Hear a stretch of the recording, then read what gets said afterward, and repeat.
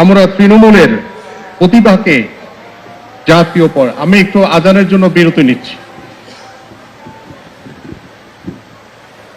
শহীদ রাষ্ট্রপতি জিয়াউর রহমান বীরোত্তমকে।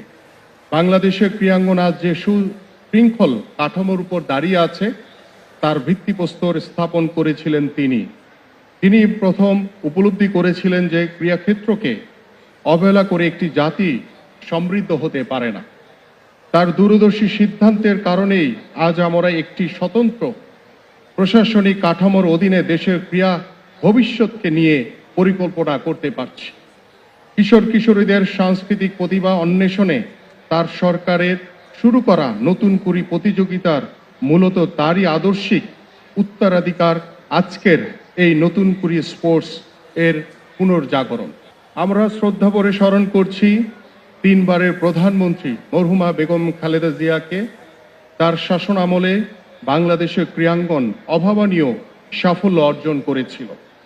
তার অনুপ্রেরণাতেই 1999 সালের সাফ ফুটবল গেমসে বাংলাদেশ চ্যাম্পিয়ন হওয়ার গৌরব অর্জন করেছিল এবং 2003 সালের সাফ ফুটবলে যখন আমি একজন খেলোয়াড় হিসেবে আমাদের সাবেক মাননীয় প্রধানমন্ত্রী দেশনেত্রী বেগম খালেদা জিয়ার কাছ থেকে পুরস্কার নেওয়ার সৌভাগ্য আমার হয়েছিল।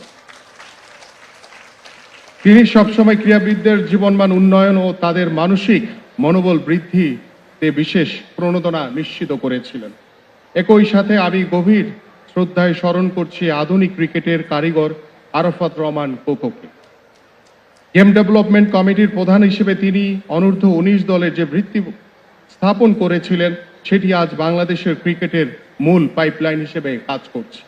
একজন নিবেদিত প্রাণ ক্রীড়া সংগঠক হিসেবে ওল্ড ইউএচএস এর স্পোর্টস ক্লাবের প্রতিষ্ঠাতা চেয়ারম্যান হিসেবে তার অবদান আমরা দীর্ঘদিন কৃতজ্ঞতার সাথে স্মরণ করব।